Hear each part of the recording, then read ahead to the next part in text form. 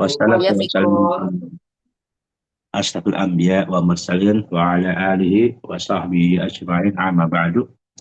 Ikhwan fillah, rahimakumullah, alhamdulillah pada pagi hari ini, di hari yang cerah ini, alhamdulillah kita bisa berkumpul kembali, bermuajahah, bersilaturahim dalam rangka kita memperkerat wah kita dan juga sharing ya apa yang kita bisa sharing saling watawasau bil haq ya watawasau bis sabr, saling menasihati dalam kebaikan, kebenaran, dan kesabaran.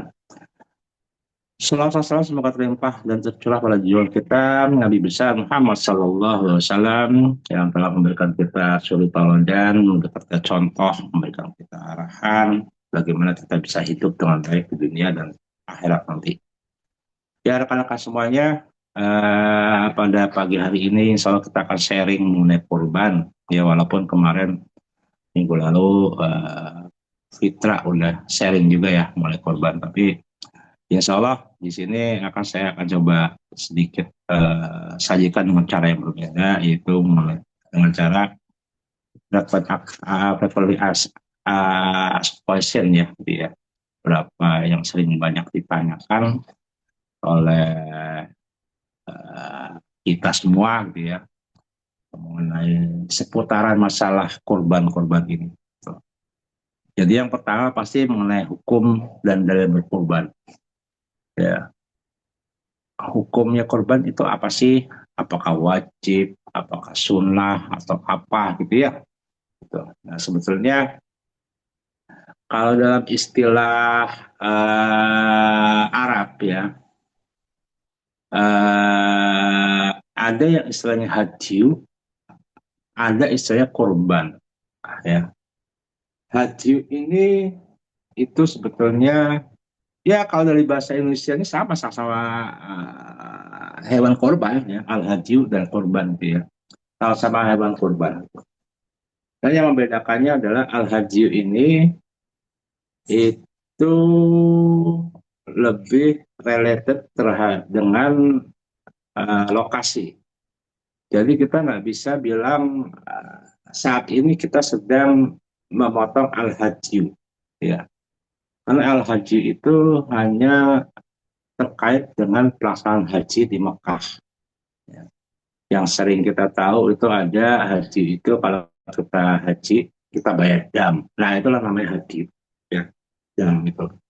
Ya, haji hewan-hewan korban itu namanya haji. Nah di luar Mekah itu namanya korban. Nah kalau al-haji sendiri itu sebetulnya ada yang sifatnya wajib, ada yang sifatnya sunnah. Gitu. Kalau kita ngomong haji ya kita nggak ngomong korban. Ya. Ya kalau haji itu ada yang wajib, ada yang sunnah. Nah, kapan kita ngomong bahwa al-haji itu wajib? Akan-akan semuanya setelah berhaji, ya, saya yakin pada saat rekan-rekan kita berhaji, itu pasti memotong haji, ya. Karena apa? Karena teman-teman semua, kita semua dari Indonesia, itu kebanyakannya pasti lah, mungkin 95% lah, itu kita merasakan hajinya haji tamattu, ya. Nah, kalau haji kan ada tiga ya, haji ifrat, haji kiran, sama haji tamattu, gitu ya. Nah, kalau untuk haji kiran dan haji tamattu itu wajib kita membayar dam, yaitu berupa haji, berupa sembelihan, berupa korban, ya. Yang tidak wajib membayar dam al haji ini adalah haji ifrat, gitu, ya. Jadi ada haji yang sifatnya wajib, yaitu pertama tadi kalau kita menjalankan haji kiron dan haji tamattu. Ya. Dan juga kita wajib membayar had ya atau dam itu kalau kita melakukan pelanggaran-pelanggaran terhadap wajib haji. Ya. Misalnya kita nggak mabit di Musdalifah, kita lupa melempar jumroh, terus karena sakit, karena apa segala macam, kecuali wukuf di Arafah. Ya. Karena wukuf di Arafah itu nggak bisa digantikan dengan haji ya. Karena al-hajju Arafah. Haji itu adalah Arafah wukuf. Tapi di luar wukuf itu kalau kita tidak bisa menjalankan entah karena sakit, halangan, hujan lebat, whatever gitu ya, itu maka kita bisa menggantinya dengan had, dengan dam. Gitu ya. Misalnya kita kalau kita kondisi nggak sehat, kita nggak bisa ngelempar jumroh gitu ya. Ya udah, nanti kita bayar dam juga. Jadi damnya bersifat kumulatif saat ini. Pendaftar yang masih itu aja, itu aja, itu aja. Ya. Jadi bersifat kumulatif. Jadi kalau misalkan kita hajinya tamattu bayar dam satu. Nah begitu kita sakit karena nggak bisa ngelontar jumroh, kita bayar had lagi, dam lagi itu. Ya. Nah yang membedakan supaya rekan nggak liar. Jadi kalau haji itu tiga tadi saya sebutkannya, haji ifrat, haji kiran, sama haji tamattu. Kalau haji ifrat itu kebanyakan yang bisa melakukan adalah mukim, orang mukim Mekah, mukim Mekah gitu ya. Karena haji ifrat itu adalah haji yang memisahkan antara umroh dan hajinya. Ya. Jadi dia jalankan hajinya dulu di musim haji. Nah umrohnya kapan-kapan setelah itu. Ya, nah ini dia nggak bayar had ya. Dia kalau dia mau berkorban silahkan, tapi sunnah sifatnya. Ya, tapi nggak wajib sifatnya. Nah kalau haji tamattu yang kita sering lakukan, ya, yang masyarakat Indonesia itu mayoritas 90% kerjakan haji tamattu adalah melaksanakan haji dengan umroh sekaligus. Ya, umroh duluan, tapi syaratnya umroh duluan ya. Umroh duluan, kita selesai. Karena kita kebakaran dari Indonesia kan pada saat kita sampai ke Saudi, yang kita lakukan umroh duluan kan, ya. Entah itu yang ke Makkah dulu atau ke Madinah dulu, ya. Kalau ke Madinah dulu di Madinah, pada saat mau masuk musim haji, mereka datang ke Makkah, mereka umroh dulu, ya. Lepas ihram, umroh selesai ya sampai tahallul, lepas ihram baru haji, ya. Gitu. Nah kalau kemudian hajinya itu tamattu yang kita biasa lakukan lah. Kita datang dari Makkah, kita datang dari Indonesia ke Makkah, kita umroh dulu, ya sampai tahallul selesai, ya kita pakai baju bebas lagi, ihram lepas, baru setelah datang tanggal tarwiyah musim-musim haji itu, baru kita berangkat, gitu. Ya ke melaksanakan ibadah haji kita pakai ihram lagi, ya mungkin ngambil mikotnya di Bir Ali atau ngambil mikotnya di Masjid Aisyah itu ya, gitu. Dan setelah itu kita haji. Nah itu tamattu namanya. Dia memisahkan antara umroh sama haji. Nah kalau kiron adalah menggabungkan. Dia niatnya satu. Ya. Dia menggabungkan antara umroh dan haji. Dia pada saat dia tawaf, ya, dia tawafnya itu niatnya adalah haji dan umroh.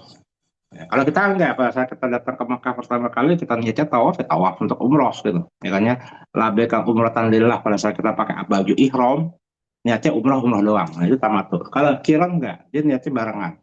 Ya, dia pada saat dia makan ihram, maka dia niatnya hanya haji dan tamattu. Haji dan umroh gitu. Nah, kalau ifrat beda. Makanya kenapa ifrat nggak pakai dam karena itu lebih lebih lama jangka waktunya dia ya. Jadi dia haji dulu masih dalam keadaan ihram ya. Pakai baju ihram baru dia kemudian setelah selesai haji jalankan baru dia kemudian umroh ya. Jadi lebih susah kan ifrat kecuali orang mungkin dipaksa bisa. Nah, tadi kan kapan itu haji itu wajib ya itu tadi pada saat kita melakukan haji tamattu atau haji kiron, pada saat kita melanggar wajib haji seperti mabit di Musdalifah, kemudian eh, lontar jumroh, berdiam di Mina segala macam tuh ya, kecuali Arafah. Atau kita melanggar ihram. Melanggar ihram contohnya apa? Ya, beda ya antara kita melanggar wajib haji sama melanggar ihram. Pada saat kita udah pakai pakaian ihram, larangan-larangan yang tidak boleh dilakukan pada saat ihram apa? Simpelnya adalah pakai wangi-wangian. Ya. Yang kedua, laki-laki pakai celana dalam gitu. Ya, gitu. Itu kan larangan-larangan ihram itu. Ya. Nah, kalau kita melanggar larangan-larangan ihram ini, maka juga kita harus bayar had baradam. Dan itu semuanya dipotongnya adalah di Mekah. Iya, kalau al-hajj itu ada yang wajib, ada yang sunnah. Nah, kalau kita ngomong korban, khusus kita ngomong korban, ya, itu korban itu digunakan atau diistilahkan kepada orang-orang umat Islam yang tidak menjalankan ibadah haji. Ya, kalau al-hajj itu terkait sama ibadah haji. Ya, kalau korban itu umum. Korban itu yang sifatnya umum, yang di luar penyelenggaraan ibadah haji. Nah, korban itu sendiri hukumnya adalah sunnah muakkad, ya, sunnah muakkad. Tidak bersifat wajib, ya, tapi sunnah muakkad. Sunnah muakkad itu sunnah yang sangat dikuatkan, sangat dikuatkan. Ya. Jadi dalilnya adalah yang pertama yang sering kita baca, ya, itu dalam surat Al-Kautsar. Inna a'tainaka al-kautsar fasholli li rabbika wanhar. Ya. Mengenai ayat ini, surat ini asbabun nuzulnya ada dua pendapat, ya. Ada yang mengatakan surat Al-Kautsar ini adalah surat Madaniyah, walaupun pendek, ya, walaupun pendek 3 ayat, tapi itu digolongkan surat Madaniyah karena turun di Madinah. Itu ada sebagian ulama berpendapat demikian. Karena ada satu hadis yang menceritakan kisah Anas bin Malik. Pada saat itu Anas bin Malik melihat Rasulullah berdiam sebentar, kemudian itu Rasulullah berseri-seri wajahnya, tersenyum-senyum. Kemudian ditanya sama Anas bin Malik, Rasulullah kenapa Anda tersenyum-senyum? Karena saya baru menerima surat yang pendek tapi sangat membahagiakan, yaitu Inna a'tainaka al-kautsar. Fasalli lirabbika wanhar, inna syani'aka wal abtar. Ya. Karena kita tahu bahwa Anas bin Malik itu bukan muhajir, dia ansor, ya. Dan Rasulullah itu adalah orang Islam yang golongan ansor gitu. Jadi ya karena yang menceritakan Anas bin Malik sehingga surat ini turun di Madinah, ya, bukan di Mekah gitu. Ya. Tapi ada sebagian juga yang berpendapat bahwa surat ini adalah surat Makkiyah, artinya surat yang turun di Mekah, di periode Mekah, ya. Karena kisahnya dari ada namanya Asil bin Wail, itu orang kafir Quraisy, ya, yang mencela Nabi bahwa Muhammad, kamu niscaya tidak akan punya keturunan. Abtar itu adalah mandul, nggak punya keturunan. Abtar. Ya, kalau kita baca surat Al-Kautsar kan, abtar itu kata yang terakhir, ya. Inasana kawal abtar, gitu ya. Terputus, ya. Jadi Muhammad, kamu keturunannya kamu terputus gitu loh. Jadi, seperti menyumpahi Nabi Muhammad si Wail ini bahwa keturunan Nabi Muhammad akan terputus. Makanya untuk Nabi Muhammad itu merasa gundah gulana, merasa resah. Kemudian Allah menurunkan surat ini, Al-Kautsar. Ya, Inna a'tainaka al-kautsar fasholli lirabbika wanhar, inna syani'aka wal abtar. Ya, bahwa itu, ya, bahwa sesungguhnya mereka lah yang akan terputus ibadahnya, gitu ya. Jadi Rasulullah merasa senang bahwa keturunannya ini tidak akan terputus dengan surat ini yang menyatakan bahwa Rasulullah, engkau keturunanmu tidak akan putus. Ini adalah di surat Al-Kautsar ini, di ayat yang terakhir, ayat yang ketiga. Ya, makanya Rasulullah bergembira dengan datangnya surat ini, ya, karena Allah sendiri menjamin bahwa keturunan Rasul tidak terputus. Karena Rasulullah sendiri kita paham kalau orang-orang adalah keturunannya dari laki-laki, ya. Kalau kecuali Rasulullah dari wanita, ya, khususnya dari Fatimah. Kalau yang dari lain-lain kan nggak ada, ya, dari Fatimah saja. Ya, sehingga Allah menjamin keturunan Rasulullah tidak terputus. Dan sehingga namanya Hasan Husain tetap dimasukkan sebagai ahli bait keturunan Rasulullah. Gitu.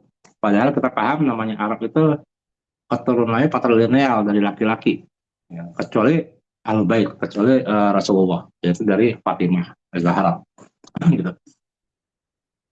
Nah, jadi kewajiban sunnah muakkad ini diambil dari Al-Kautsar. Fasholli li rabbika wanhar. Maka sholatlah. Nah, banyak ulama mufasir yang menafsirkan fasholli, maka sholatlah, itu yang maksudnya sholat id, ya, sholat idul adha. Fasholli khusus, ya, Ada yang menafsirkan secara khusus itu adalah sholat Idul Adha, ada yang menafsirkan secara umum bahwa itu sholatlah pada umumnya ya. Wanhar dan berkorbanlah. Ya, dan berkorbanlah. Jadi memang ini suatu dalil yang mensunahkan kita, memerintahkan kita untuk berkorban ayatnya ini. Ayat yang sangat pendek Al-Quran, ya 3 ayat doang. Fasalli lirabbika wanhar. Maka sholatlah dan berkorbanlah. Ya, jadi korban itu memang perintah. Ya, namun derajat perintahnya itu tidak mencapai wajib, tapi hanya sunnah muakkad. Nah, dalam lebih tegaskan lagi dalam hadisnya riwayat Tirmizi, Rasulullah SAW pernah mengatakan bahwa Anahu alaihi salatu wassalam call sesungguhnya Rasulullah SAW pernah berkata, ya, umirtu an-nahra wa huwa sunnatun lakum. Rasulullah mengatakan bahwa umirtu an-nahra, aku diwajibkan untuk berkorban. Jadi korban itu hanya wajib bagi Rasulullah, ya. Wa huwa sunnatul lakum, tapi sunnah buat kalian. Ya, gitu. Sunnah buat kalian. Ya, tiap tahun Rasulullah korban.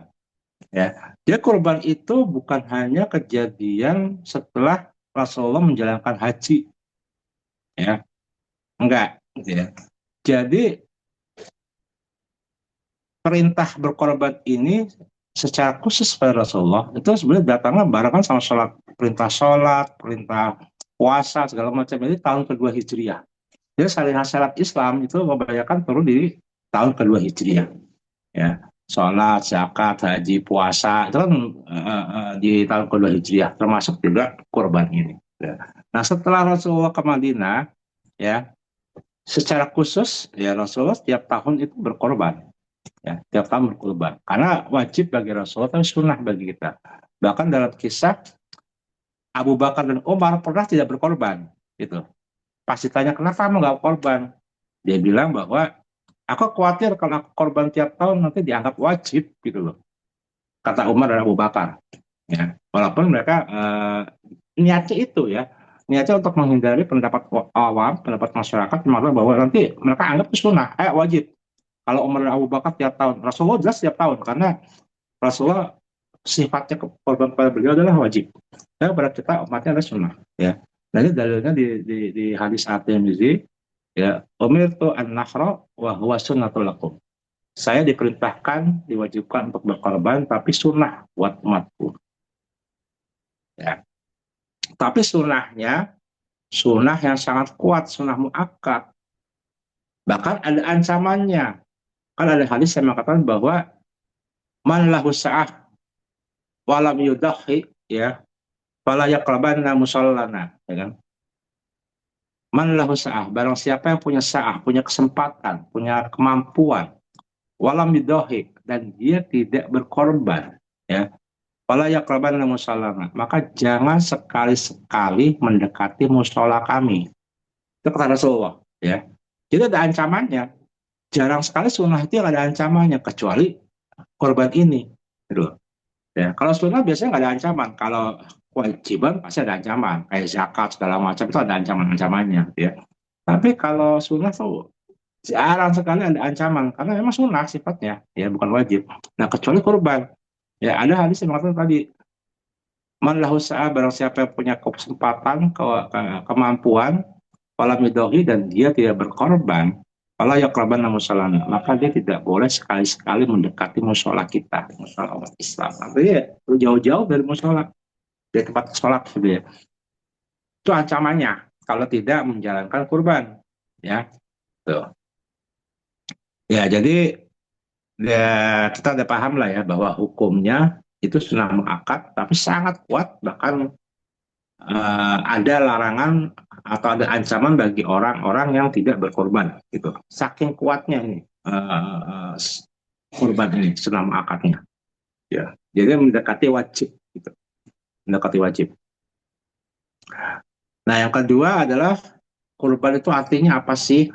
Ya, korban. Korban itu dari bahasa Arab koroba, dari kata-kata koroba, kof, ro, dan ba. Koroba ya koribu wa korba, korbanan, ya.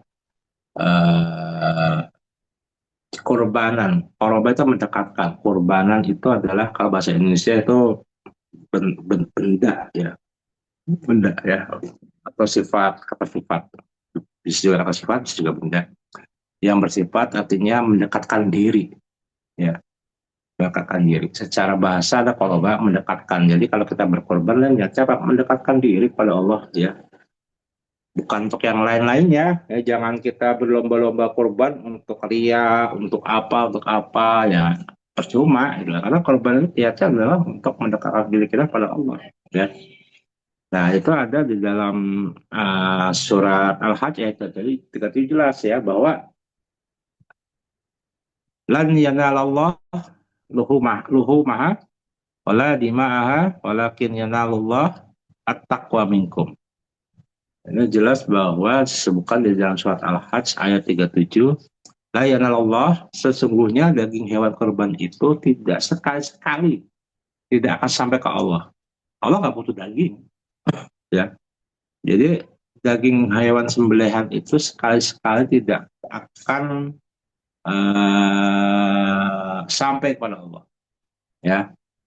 Wala dimaha dan juga darahnya. Walakin yanallah at-taqwa minkum. Tetapi yang Allah terima adalah ketakwaan. Jadi korban itu adalah sarana mendekatkan diri kepada Allah untuk mencapai ketakwaan. Itu tujuannya, arti dari korban itu sendiri. Secara bahasa mendekatkan diri, secara istilah, secara teknis, dia sebutkan mendekatkan diri kepada Allah dengan berkorban. Ya. Dengan berkorban kita menunjukkan bahwa kita ini adalah ibadah kita dalam rangka kita mempraktikkan kepada Allah. Ya, oke, nextnya. Nah, sekarang sejarah kurban. Ya, sebetulnya kurban itu ya kita yang kita paham ya. Kurban itu cerita-ceritanya Habil dan Kabil, kemudian ceritanya Nabi Ibrahim ya. Sebetulnya yang namanya kurban itu adalah syariat yang memang sudah ada diperintahkan oleh Allah ya pada setiap nabi ya. Ketahui setiap nabi itu sebagai suatu ibadah. Itu ada dalam surat Al-Hajj ayat 34 ya. Jadi di dalam Al-Hajj ayat 34 disebutkan bahwa walikul ummatin ja'alna mansakan liyazkuru smallah ala ma razaqnahum min bahimatil an'am fa ilahukum ilahu wahid walahu aslimu wa basyiril muhsinin ya. Walikul ummatin, dan setiap umat kita ngomong dari umat sejak Nabi Adam sampai umatnya Nabi Muhammad. Ja'alna mansakan liyazkuru smallah ya. Kami telah syariatkan penyembelihan kurban. Masakan itu penyembelihan kurban. Tujuannya buat apa? Agar mereka menyebut nama Allah. Ya.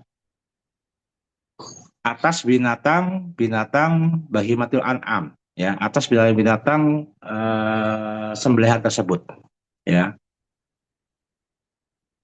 Fa ilahukum ilahu wahid. Sesungguhnya Tuhanmu adalah Tuhan yang esa, Tuhan yang satu. Jadi setiap umat itu menyembah Allah ya. Di sini dalam surat Al-Hajj jelas waliku umat dan setiap umat itu secara umum sejak umatnya Nabi Adam sama Nabi Muhammad. Jadi yang namanya ada dua konteks yang kita bisa lihat dari ayat ini, dua hal. Yang intisarinya yang pertama adalah bahwa syariat berkorban itu sudah ada diwajib disunahkan kepada setiap umat. Syariat itu ya. Bukan hanya umat Islam aja sebetulnya ya. Setiap umat ya, kalau Nabi Isa ya juga disunahkan semua umat.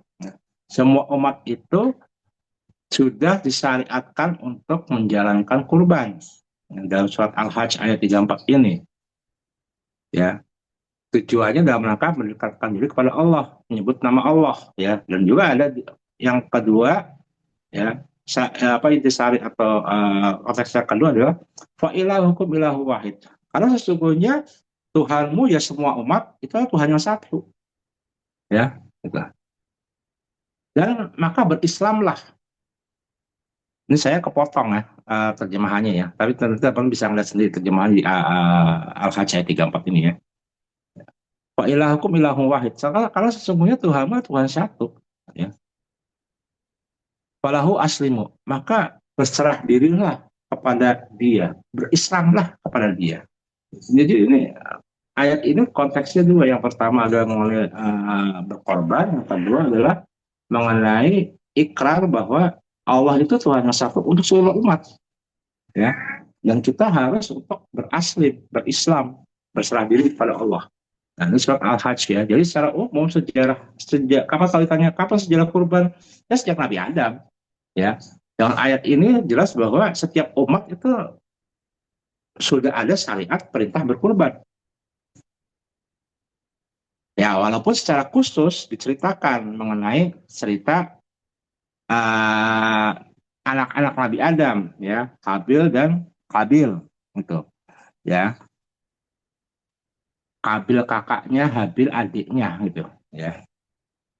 Itu kan di dalam surat Al-Maidah ayat 27 sebutkan bahwa watlu alaihim naba abna Adam ya bil haq. Maka bacakanlah, ceritakanlah kisah anak-anak Adam dengan benar. Idza qarraba qurbanan. Pada saat mereka berkorban untuk mendekatkan diri kepada Allah. Ya, mereka mempersembahkan korban. Fataqabbala min ahadihima walau yataqabbal min al-akhar.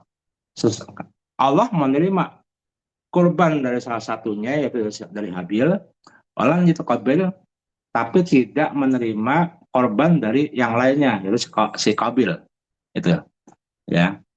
Qala la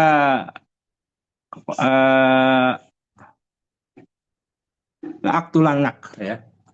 Kalau si Kabil tuh mengancam ke Habil, laktulanak. Sesungguhnya aku akan membunuh kamu. Ya. Innama yataqabbalallahu minal muttaqin. Ya.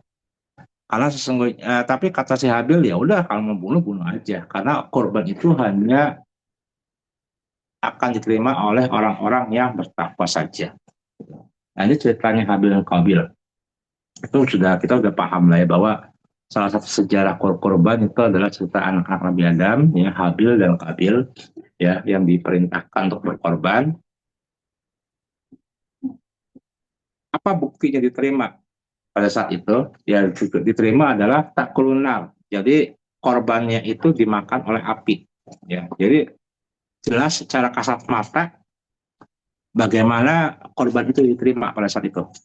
Ya, jadi korbannya Habil diterima, ya, dimakan oleh api, kecuali korbannya Habil itu nggak diterima, ditolak oleh Allah, ya. Karena sebetulnya seperti yang tadi disebutkan di surat Al-Hajj ayat sebelumnya ya, ayat 34 itu ya, ayat 37 ya. Karena sesungguhnya Allah tidak menerima atau daging dan darahnya korban kita nggak akan sampai sama Allah, gitu. Tapi yang sampainya takwanya. Ini sama ya. Makanya itu masalah itu kemukjizatan Al-Quran itu konsisten ya. Di Al-Hajj ayat 34 ngomong takwa ya. Di surat Al-Maidah yang menceritakan anak-anak Adam juga ngomongin takwa juga ya, bahwa korban yang diterima adalah dari orang-orang yang bertakwa gitu. Di Al-Hajj juga mengatakan bahwa yang diterima adalah ketakwaannya.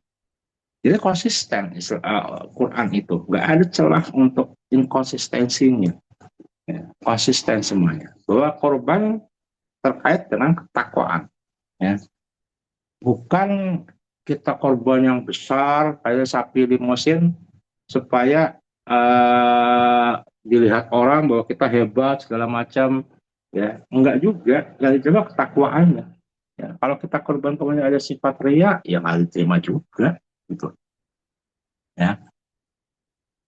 Dan yang juga sangat tersohor, ya kita semua paham adalah kisah Nabi Ibrahim dan Nabi Ismail. Kita pahamlah bahwa bagaimana Nabi Ibrahim susahnya, lamanya memperoleh keturunan.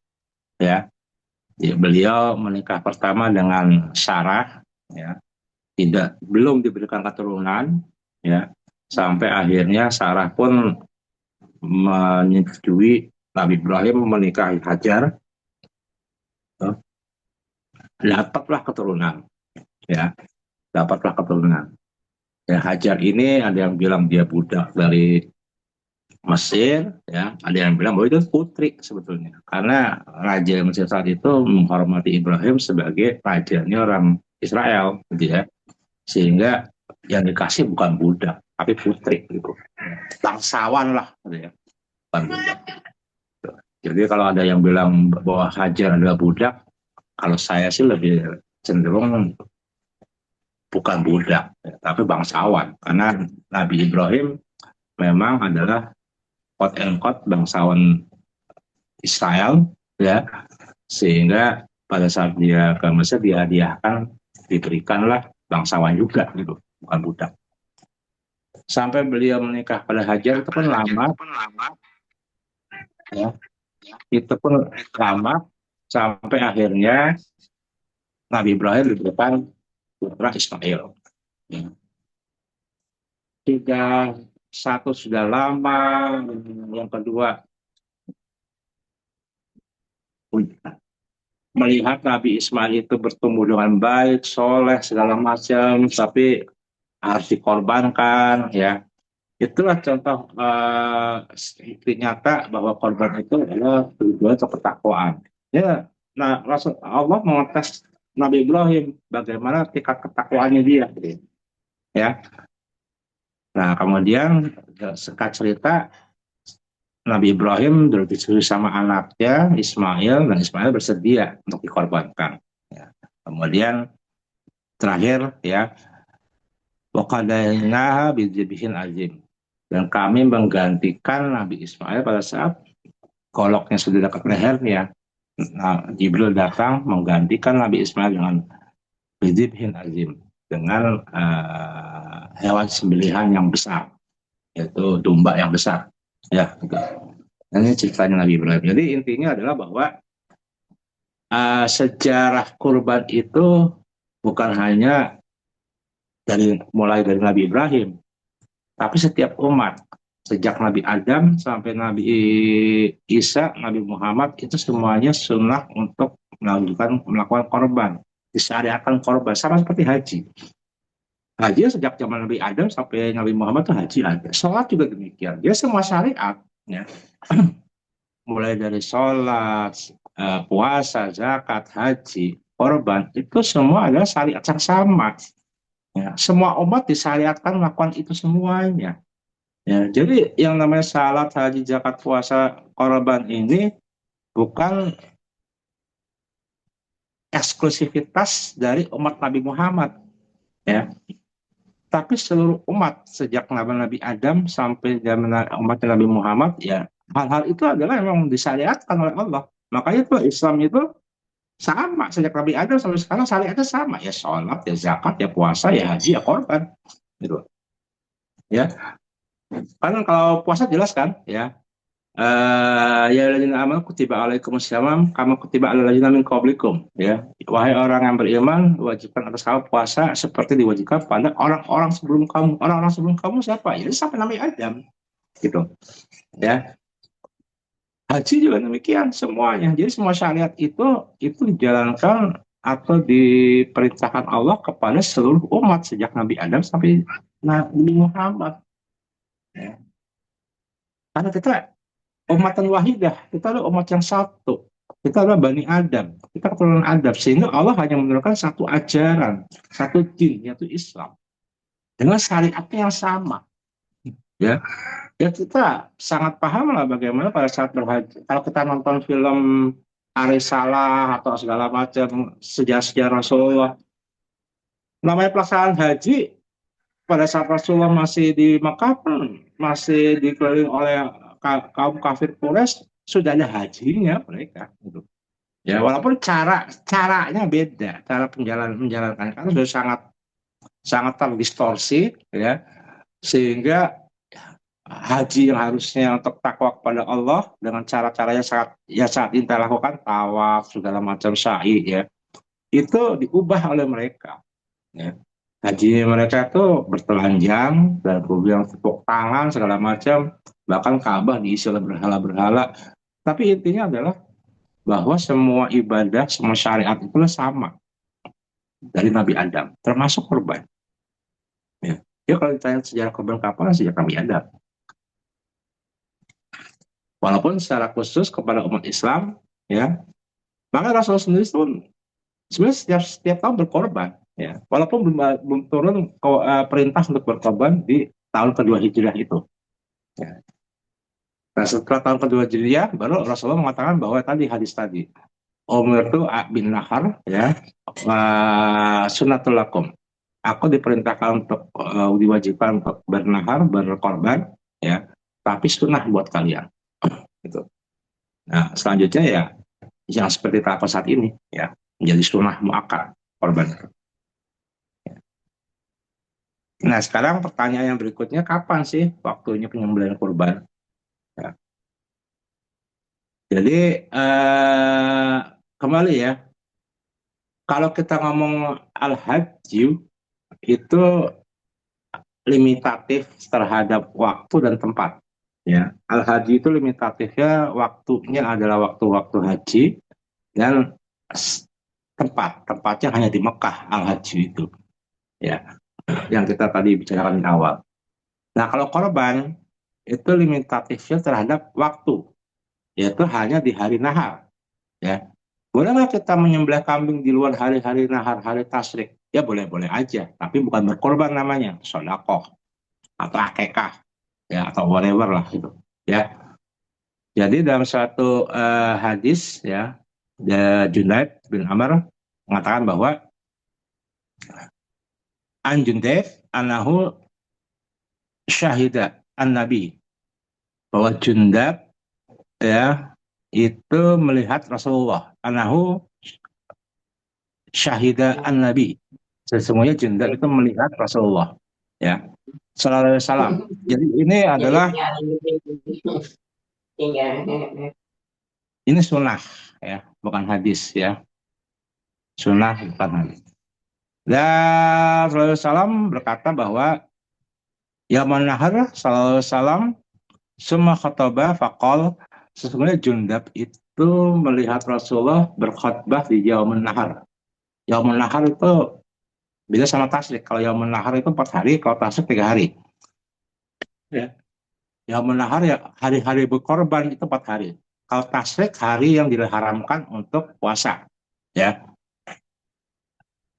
Jadi kalau hari Yamun Nahar itu tanggal 10 Zulhijjah, 11, 12, 13. Kalau hari Tasyrik itu 11, 12, 13. Ya. Jadi pada saat itu Jundab mengatakan bahwa syahidah Rasulullah Yamun Nahar.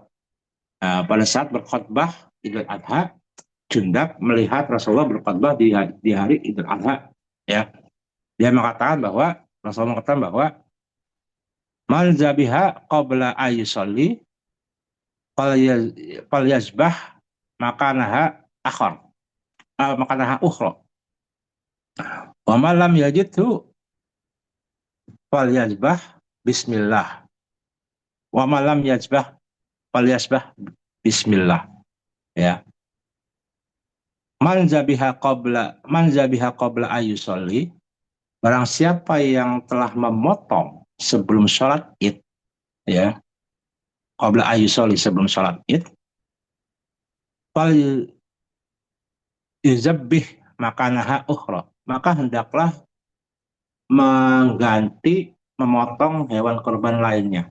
Jadi kalau hewan korban itu dipotong sebelum sholat id, namanya bukan korban. Makanya saya bilang tadi, korban kal al-haji itu limitatif terhadap waktu dan tempat. Ya, waktunya sama hari nahar, tempatnya khusus di Mekah.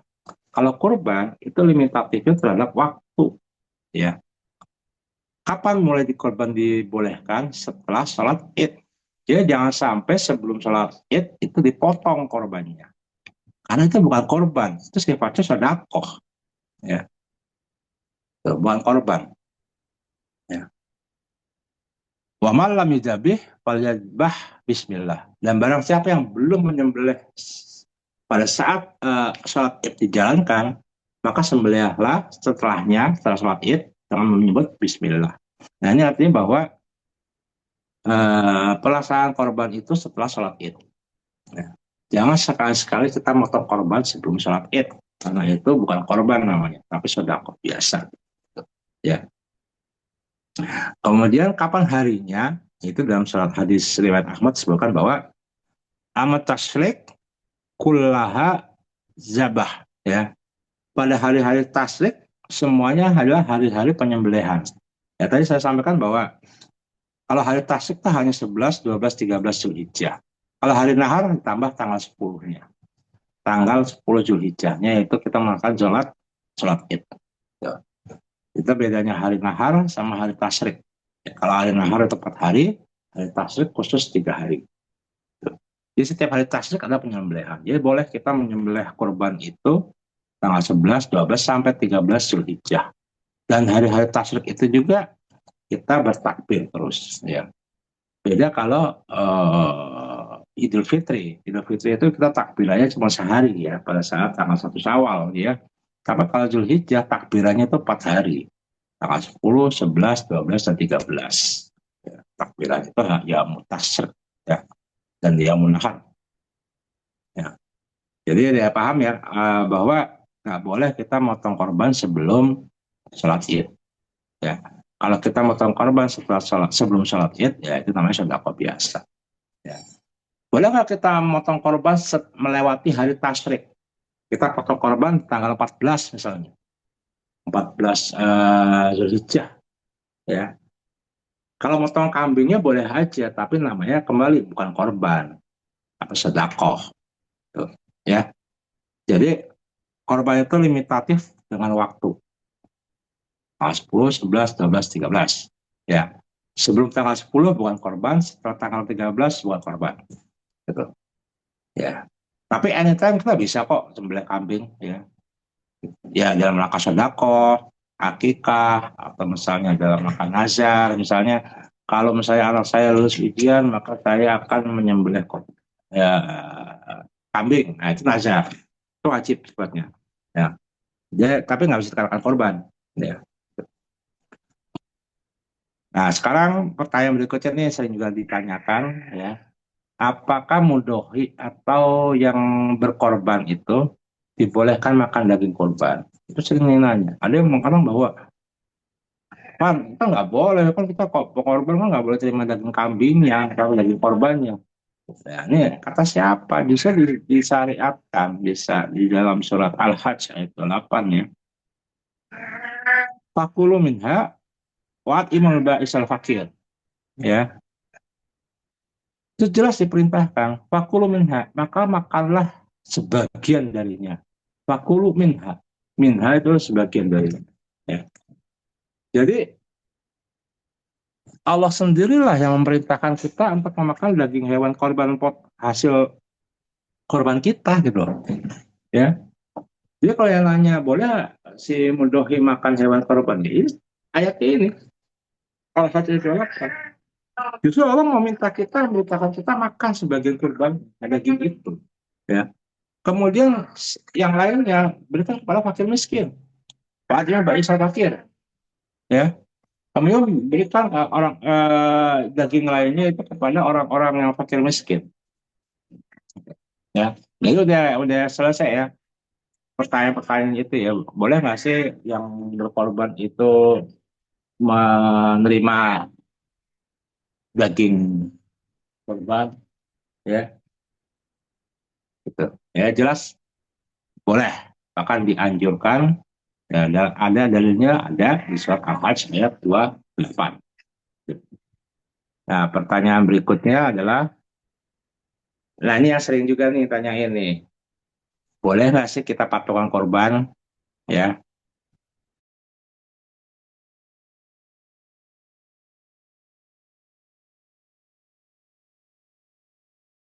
sering ada yang nanya nih, yang patokan korban.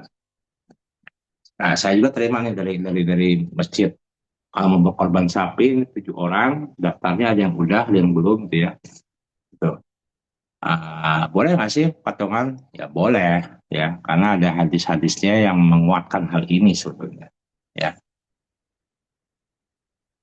bahwa dari Jabir bin Abdullah mengatakan, ya, kunna natamat tahu ma'a Rasulillah sallallahu alaihi wasallam, ya, bil umrah. Ya. Pada saat si Jabir bin Abdullah ini menjalankan haji, hajinya tamattu. Nah, tamattu itu dia menjalankan haji tamattu, ya, bersama Rasulullah SAW. Ya, fanajbahu al-baqarah an sab'atin nastariku fiha. Ya, kemudian kami memotong baqarah, memotong sapi, ya, an sabatin. Di mana 7 orang itu kami patungan, ya. Jadi boleh kita patungan beli sapi, tapi harus, ya, patungannya ini harus niatnya sama, niatnya korban, ya, gitu ya.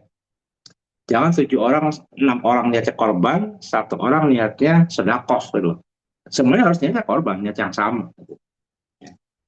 Bisa juga, oh enggak ini saya sedekah lah gitu.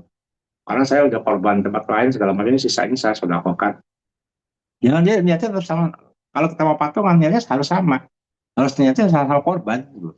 Bukan yang satunya korban, satunya sedekah gitu kan. Ya. Dan dibatasi hanya 7 orang. Ya.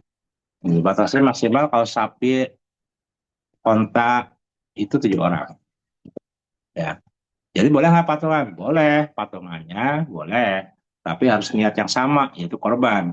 Bukan yang lain korban, yang lainnya sodakoh gitu.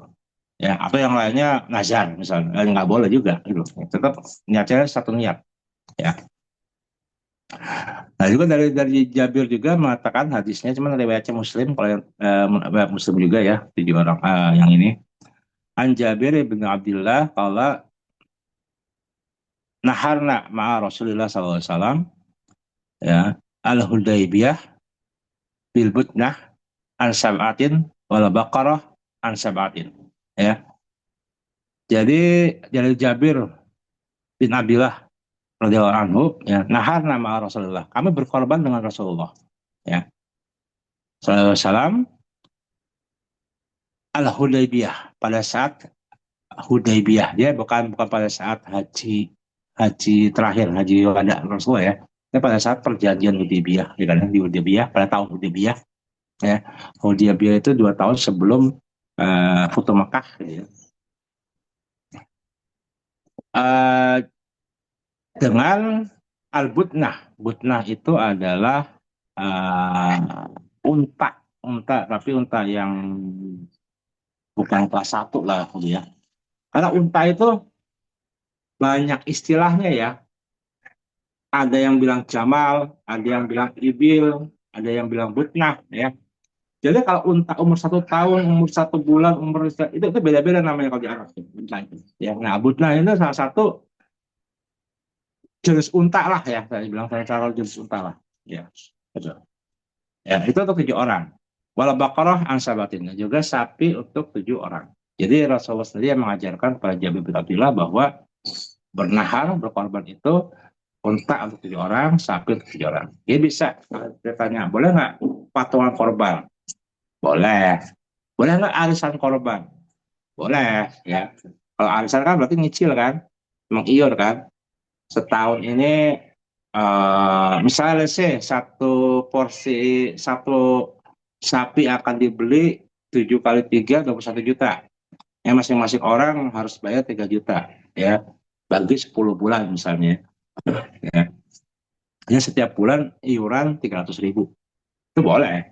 Iuran 300 ribu, kemudian beli sapi 31 juta dibagi rata. Ya. Jadi ini ya boleh. Nah yang terakhir, nah ini nih yang sering nih. Apakah panitia korban boleh menerima daging korban? Ya, kan sering kan? Ini jatah panitia, gitu. Ya, nah kira-kira boleh apa enggak?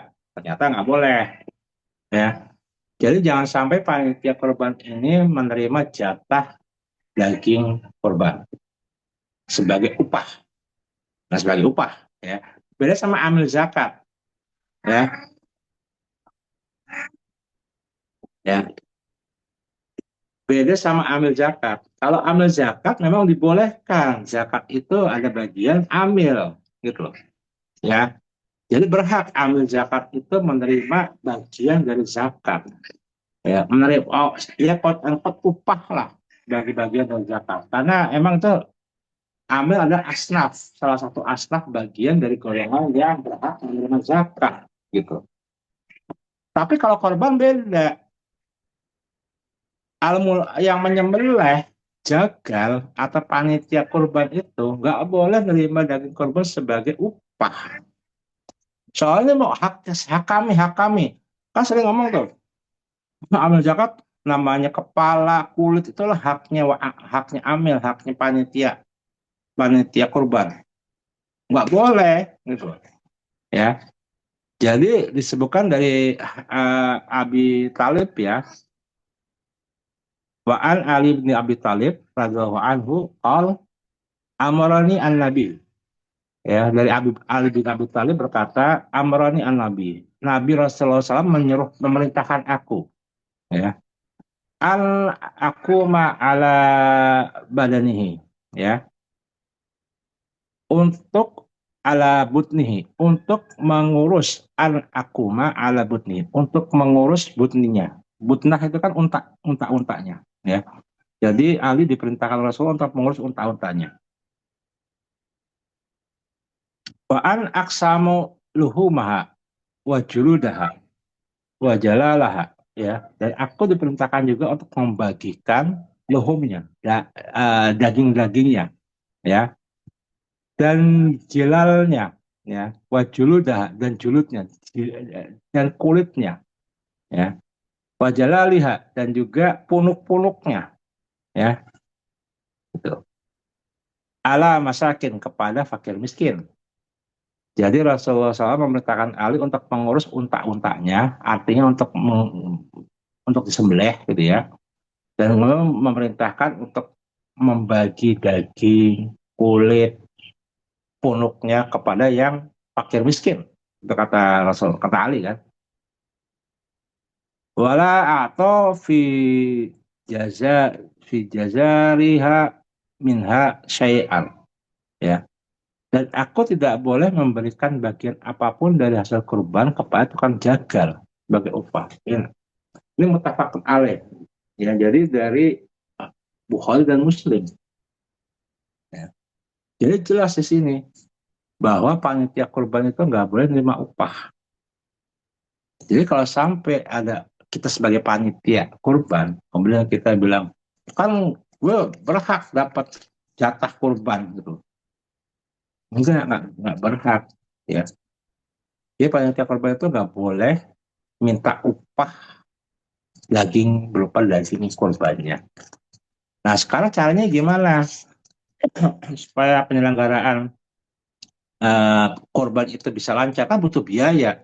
Ya udah minta aja biaya, ya, bukan berupa daging, ya. Kayak sekarang kan, misalnya kita membawa korban di masjid, ya, maka ada biaya pengurusan, ya. Ada biaya pengurusan misalnya 200.000, 300.000 gitu, ya. Nah itu dibolehkan, tapi nggak boleh berupa dagingnya. Karena daging kurban itu hanya dikhususkan mustahiknya, jatahnya itu kepada si mudhoi yang berkorban, ya, dan fakir miskin. Cuma dua itu aja, ya. Panitia nggak berhak dapat dagingnya, nggak berhak minta dagingnya dengan anggap sebagai jatah, enggak, kecuali dia fakir miskin. Kecuali panitia itu fakir miskin, dia boleh dapat daging korban karena dia fakir miskin, bukan sebagai panitianya, gitu, ya, gitu ya, paham ya. Jadi eh, kita benarkan niatnya, prosesnya, caranya di panitia-panitia korban di masjid-masjid kita yang terdekat, bahwa panitia sama sekali tidak boleh menerima upah daging korbannya. Ya. Tapi kalau disedekahkan boleh nggak? Boleh. Ya pada saat si mudohi yang berkorban itu menerima jatah korban, maka dia bilang jatah saya sedekahkan sebagian ke panitia. Ya. Jadi yang diterima panitia kalau dia terima daging korban itu bukan hewan daging korban, tapi sedekah dari yang berkorban. Dan itu sudah diakad di awal, ya. Bukan upah, ya. Bukan upah. Kalau sodakoh boleh, ya. Tapi masa panitia terima sodakoh kan nggak ini aja. Ya mendingan terima berupa uang tadi pengurusan, ya. Kayak kalau dia terima daging ya, dia dianggapnya sebagai penerima sebagai sodakoh, bukan sebagai dan sodakoh dari si yang pekorban, si mudohi. Jadi di dalam akadnya sejak awal jelas. Maksudnya saya mau bawa korban, ya udah saya korban, nanti saya sedekahkan hak saya sebagian kepada panitia. Ya, nah itu boleh. Ya, jadi daging hewan korbannya kan tadi saya bilang yang mustahil itu cuma dua nih. Yang pertama mudohi, yaitu yang berkorban, dan yang kedua fakir miskin. Karena cuma dua doang, dua asnaf doang nih. Beda sama zakat. Kalau zakat kan ada 9 asnaf, Pak. Fakir miskin, amil, gorim untuk yang berhutang, kemudian mu'alaf segala macam ya, fisabilillah. Nah, kalau kurban itu cuma dua, hanya berhak diberikan kepada mudohi yang berkorban dan kepada fakir miskin. Ya. Nah, panitia dapatnya apa? Sodakoh dari si mudohi ini, ya. Dari yang berkorban. Karena fakir miskin nggak mungkin sodakohin daging kan kepada panitia kan. Yang berkorban adalah, yang bersodakoh adalah si pengkorban ini. Ya, jadi kasih jelas ya pada saat dia menyerahkan hewan korban ke masjid ke panitia, nanti saya juga sedekahkan sebagian daging hak saya kepada panitia. Ya biar panitia yang ngurus lah berapa bagian-bagiannya gitu ya. Karena prinsipnya kita yang mudohi berhak dapat jatah daging itu. Ya. Nah, ini jangan sampai salah nih teman-teman kan sendiri panitia ya. Jangan sampai menganggap bahwa itu adalah jatah panitia sebagai upah daging korban, bukan. Itu sedekah ya. Nah, sekarang apa saja kriteria hewan kurban yang terakhir? Ya, jenisnya bisa unta, sapi, hewan ternak ya, unta, sapi, domba, kambing. Ya. Nah, kemudian ada batasannya usia. Kalau unta 5 tahun, sapi 2 tahun, kambing 1 tahun, domba 6 bulan. Ya, ya domba itu usianya lebih muda boleh dibandingkan kambing. Kalau kambing 1 tahun, domba 6 bulan. Yang terakhir adalah kondisi hewan tidak cacat. Ya, jadi nggak boleh ada yang tanduknya kepotong, matanya picek, kayak telinganya kepotong, ada luka besar, gitu. Itu nggak boleh. Ya, ya kondisinya harus tidak cacat. Gitu. Terus saya tanya nanti misalnya, boleh nggak sih kita berkorban hewan betina? Ya.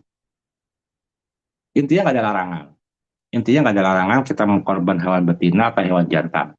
Boleh, dibolehkan. Ya, mau jantan, mau betina, boleh. Tapi orang lebih sayang berkorban hewan betina karena apa? Dia bisa berkembang biak, ya. Sehingga yang dikorbankan hewan jantan biasanya. Ya, walaupun sebenarnya prinsipnya boleh mau betina mau jantan, boleh. Jadi jangan kita berasumsi berpendapat bahwa korban itu hanya hewan jantan. Boleh betina, boleh juga. Ya, ya walau alam bisawab teman-teman semuanya. Jadi mungkin karena waktunya saya sudah cukup sekian. Jadi ada beberapa pertanyaan-pertanyaan yang memang sering saya dengar, ya sering ditanya kepada saya sekitar masalah korban ini. Al-haq min rabbik, kalau tak komentarin yang benar datang dari Allah, yang salah datang dari saya sendiri. Alaikuminkum, bila tegonya. Assalamualaikum warahmatullahi wabarakatuh. Terima kasih Ustadz Ipang. Izin kita buka 3 pertanyaan kali Ustadz Ipang ya. Mungkin kalau boleh saya mulai dengan pertanyaan pertama. Kita suka lihat tuh di TV-TV apa di mana gitu korban dari si Anu, si pejabat ini dan segala macam gitu loh. Nah, yang jadi timbul pertanyaan itu adalah dari diri saya pribadi, korban itu attach ke pribadi pemahaman saya gitu loh. Tapi kalau dia mengambil dana dari duit kantor apa segala macam, apakah itu sesuatu yang dimungkinkan atau gimana tuh eh, apa aturannya, Pak Ipang? Silakan Ustaz Ipang. Oke, benar. Pertanyaan yang bagus ya. Karena emang banyak sekali sekarang kalau berhubung korban itu instansi-instansi melakukan seolah-olah korban, ya kan ya. Misalnya bangsa Indonesia menyumbang hewan korban 1.000 ekor. Karena yang wajib berkorban, yang bukan wajib, yang sunnah muakkad untuk korban adalah pribadi manusia, ya, individual, ya, bukan instansi, gitu loh. Ya kalau instansi berkorban ya bukan korban namanya sedekah, gitu loh. Ya, baik ya, ya, Ya. gitu. Ya kalau misalnya Oke. pejabatnya misalnya pejabatnya nih ya, dia berkorban pakai uang instansi, ya, ya itu bukan korban namanya, sedekah, gitu loh. Ya, korban kan harus uang dari sendiri, gajinya dia tabungannya dia korban, dia beli sekarang korban, dia bukan dari instansi, bukan dari, kalau uang instansi namanya sedekah bukan korban, gitu ya. Ya, jadi kalau misalnya kita lihat ada Shopee Limousine, ini dari dari presiden, dari wapres, tapi uang dari seknek, nah, itu bukan korban namanya, sedekah, ya, gitu. Ya itu saya pikir itu simpel aja gitu. Jadi memang korban itu adalah individual, karena kan ketakwaan, tujuannya korban adalah takwa, ya. Emang ada instansi yang takwa, ya? Kan nggak ada. Ketakwaan itu melakukan pada individual, pribadi, gitu, ya. Bang Syariah sangat takwa, gitu. Kan nggak juga, ya kan? Jadi eh, itu adalah sedekah niatnya, ya, atau hadiah, gitu. At least hadiah, gitu. Apalagi kalau dari misalnya dari non Muslim nih, ya, dia memberikan bantuan seolah misalnya Prayogo Pangestu atau yang si Dato itu kan ya, Taher, ya, dia menyumbang hewan korban, ya itu hadiah, gitu loh, bukan sodako juga bukan, apalagi korban, ya, itu sih. Ya. Jadi kita mesti bedakan korban itu individual sifatnya, ya, uang itu dari uang kita sendiri. Makan kan hadisnya jelas, man lahu sa'ah, barang siapa yang punya kesempatan kemampuan, ya, ya pribadinya dia punya kesempatan kemampuan, itu pribadinya dia, bukan instansi, ya. Itu saya baik. Ya, makasih Ustadz Bang. Mungkin teman-teman, saya buka dulu pertanyaan lagi. Silakan Hmm, ada yang saya mau tanya Pak Viko, silakan.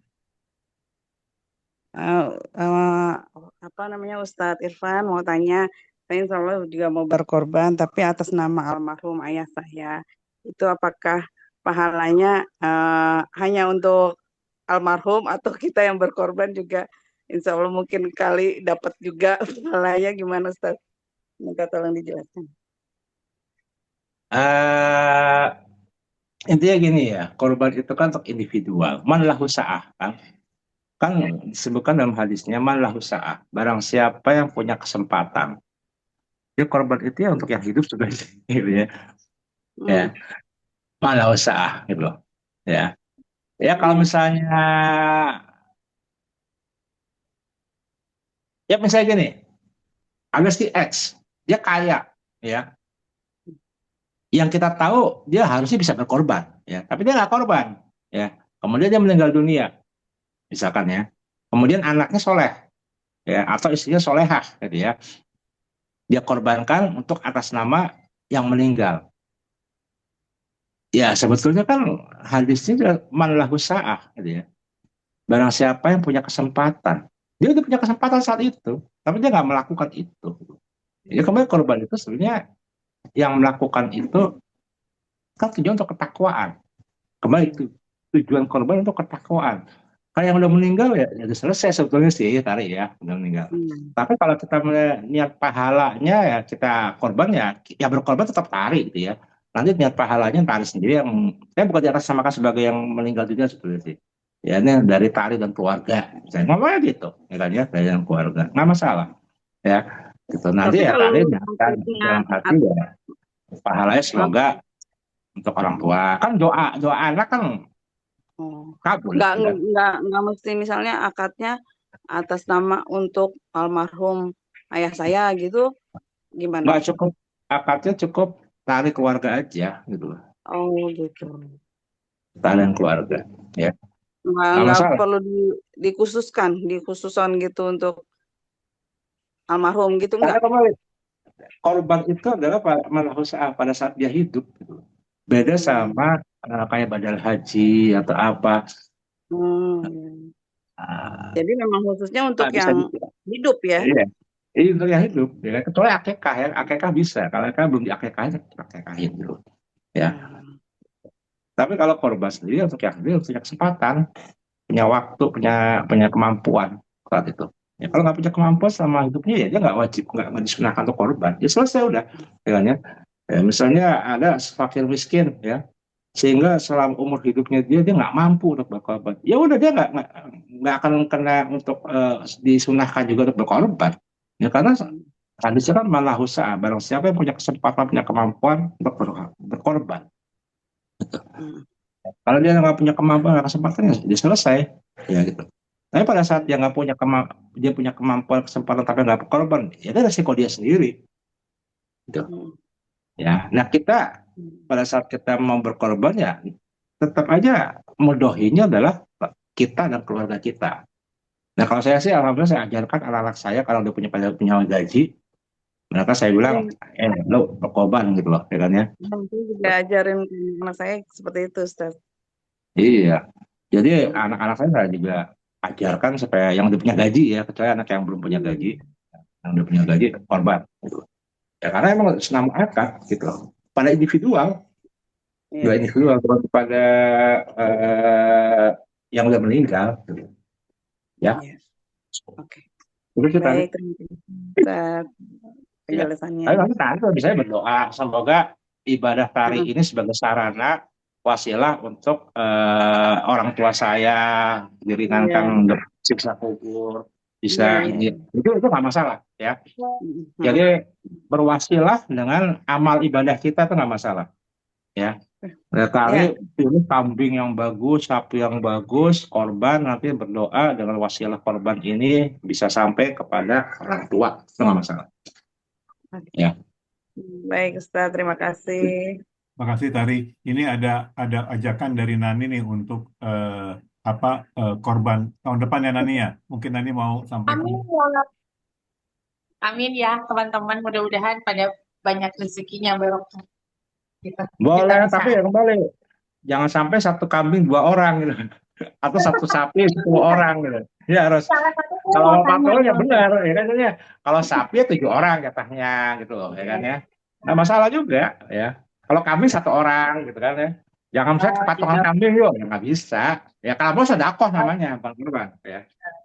Oh gitu ya Ustaz. Jadi kebetulan Ustaz bicara itu, saya mau tanya juga tuh. Kadang kan semua ya effortnya Idul Adha ini mau Sekolah ya. berkurban punya uang hanya baru berapa gitu ya Ustaz ya. Nah seperti itu kita belum bisa berkurban berarti ya Ustaz. Misalkan Belum kita banyak. belum punya uang bagi 7 sapi, 7 orang 1 sapi, berarti kita belum bisa kita berkurban ya Ustaz. Atau belum bisa beli 1 kambing, kita berarti tidak bisa ya, karena tidak memenuhi syarat gitu. Iya, karena kan jelas hadisnya man lahu sa'ah barang saya punya kesempatan waktu kesempatan walam yudohi dan dia tidak berkorban. Walau ya Oh, korban misalnya, maka janganlah mendekati masalah kami. Jadi malahu sa'ah itu jelas kok. Sa'ah itu adalah kesempatan. Ya, kesempatannya berarti kemampuan dari sisi materi ya untuk membeli hewan kurban gitu ya. berarti nabung Irfan, dulu yang sebaiknya mungkin kan. Irfan, Kan tidak Ya, dadakan gitu ya. Kita nabung. ya izin salah. nanya dulu, Pak. Irfan, izin Ya, nanya. Assalamualaikum warahmatullahi wabarakatuh. salah. Ya, Iya, jadi gini, apa tempo hari itu pernah disampaikan sama almarhum Syekh Jabir ya, beliau itu menyampaikan ya, dan juga banyak ulama juga yang menyampaikan apa kurban itu 1 kambing itu bisa untuk atas nama 1 keluarga. Jadi kayak misalnya apa Faisal keluarga 1 keluarga itu bisa diwakili dengan 1 kambing, tidak harus Faisal itu 1 keluarga berlima maka 5 ekor kambing. Nah, nggak harus begitu juga. Nah, ini Iya, gimana nih, Van? ya Nah, benar. Kalau keluarga pengantin orang itu kan kepala keluarga kan, ya. iya, Kalau Rasul sendiri kan dia berkorban, ini korban Muhammad, wali ahli baiti dan juga untuk ahli baitnya, ya, wali umati dan juga untuk umatku. gitu ya. Nabi Muhammad kan seperti itu kan ya.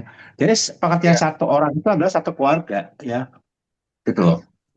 Bukan individual kan kayak kayak kayak saya sebagai kepala keluarga ya saya berkorban ya itu ya untuk keluarga saya gitu loh, keluarga dekat ya, bukan kakek pada lain segala macam gitu ya. Jadi itu sih Sal ya, dia bisa satu pengertiannya dia satu orang itu satu keluarga maksud itu ya, baik. bukan patungan Oh, dalam arti kata misalnya kita nih kayak sekarang lagi rame deh sekolah ya, anak SD, iya. SMP, SMA, ayo patungan satu kelas ini beli kambing. Ya, nggak kayak gitu loh maksudnya. Ya, Hmm. itu Berarti Sal. harus Ya, itu. diatasnamakan salah satu orang gitu ya, Ustadz, walaupun itu dalam satu keluarga. Kita kepala keluarganya, misalkan Ustadz Irfan berkurban, mungkin Ya satu boleh sama ekor. anak saya ya, kalau sama anak saya sama ini boleh, sebenarnya prinsipnya boleh, tapi kan saya mengajarkan anak saya untuk berkorban gitu. Ya, Ya. oke. Dan ada pertanyaan lagi Kalau nih menjadi Ustadz. mesti jadi Eh, tanggungan kita untuk kan, jadi tanggungan kita. Ya. masih sama. Oke, kalau Saya bisa, makanya saya bertanya, anak kita ya, sudah pindah nih, pindah rumah. Ya, dia sebagai kepala keluarga ya dia wajib sendiri. Gitu. Ya. gitu. Ustadz, kenapa kenapa kan kalau di Arab Saudi itu kan yang dikurbankan itu kan unta dan kambing. Nah, sapi ini ada kayak semacam hadis atau sebabun nuzulnya nggak? Ya, kalau di Indonesia atau mungkin di negara-negara selain di Arab Saudi itu bisa sapi gitu Kan ya? Seperti itu. Ada ya? Al-Baqarah kan sapi Al-Baqarah. Dia orang Arab kan kenal Al-Baqarah, kenal sapi. Ya, kerbau mungkin enggak kenal, ya kan ya. Gitu. Kalau sapi ya, kalau kerbau itu adalah kias dari sapi, ya. Gitu. Tapi dalam Dan hadis-hadisnya jelas di Al-Quran ini kan ada surat Al-Baqarah, ya kan ya. Jadi orang Arab mengenal Al-Baqarah, mengenal sapi, gitu. jadi memang Ya, walaupun sapi itu banyaknya masuk lewat korbannya ya unta, ya. di dalam Kan, Al-Quran ya. Dan iya dan kan hadisnya kan eh, ada dari Jabir bahwa butnah itu unta itu 7 orang, wa bakoroh sabah, ya kan? Unta dan bakor itu 7 orang. tujuh orang. Ya, Oh gitu. Ya. Nah, jadi mereka kenal, standarisasi tapi kenal. Kerbau sih nggak kenal, ya, oh, gitu. hewan yang lain, pokoknya tiga hewan itu ya, kambing, unta, Hmm. dan sapi. Nah, untuk standarisasi satu hewan kurban itu memenuhi syarat untuk dikurbankan. Nah, selain usia, ada berat atau apanya nggak sih Ustadz? Kayak gitu. Kan tadi syaratnya satu usia masuk ya, yang kedua tidak cacat, itu doang sih sebetulnya, ya. Oh, Dia kalau sapi masalah berat, sapi limusin ya, tapi tanduknya patah ya nggak bisa untuk jadi hewan korban, itu ya. emosi ya. Sap- Sapunya bagus, gemuk segala macam, tapi matanya picek ya, bukan hewan korban. Gitu. Hmm. Kalau sodakoh boleh nggak ya? Iya boleh sodakohin, gitu. Sebagai sodakoh. Beda, dia bukan korban ya, sodakoh. Ya, paling. Ya korban itu Satu ya lagi cuma 2 Pak, syaratnya sebenarnya, usia dan tidak cacat. Itu tidak doang sih. cacat. Satu lagi saya mau bertanya terakhir boleh ya Bang Vito? Iya. Silakan. Itu tadi mengenai haji tamatu. Nah, haji tamatu itu berarti artinya setiap orang yang melaksanakan haji tamatu dia harus membayar dam walaupun dia tidak melaksanakan kesalahan gitu ya Ustaz? Iya, karena Atau itu udah by nature, by sifat, bang hukumnya. Setiap haji tamattu itu wajib bayar dam, yaitu al-haji tadi, ya al-haji. Nah, makanya semua orang Indonesia, haji-haji Indonesia itu dari sebagian ONH yang kita bayarkan itu udah including di dalamnya adalah dam, ya bayar beli kambing untuk dam, gitu loh, ya untuk bayar dam, untuk bayar al-haji. Ya kalau kita bayar ONH nih di dalamnya itu udah including membayar al-haji untuk dam. Gitu. Makanya tidak kalah kita heran. nggak tahu kan, ya yang ngurus ya ini aja apa KBIH atau pemerintah yang langsung ngurus itu.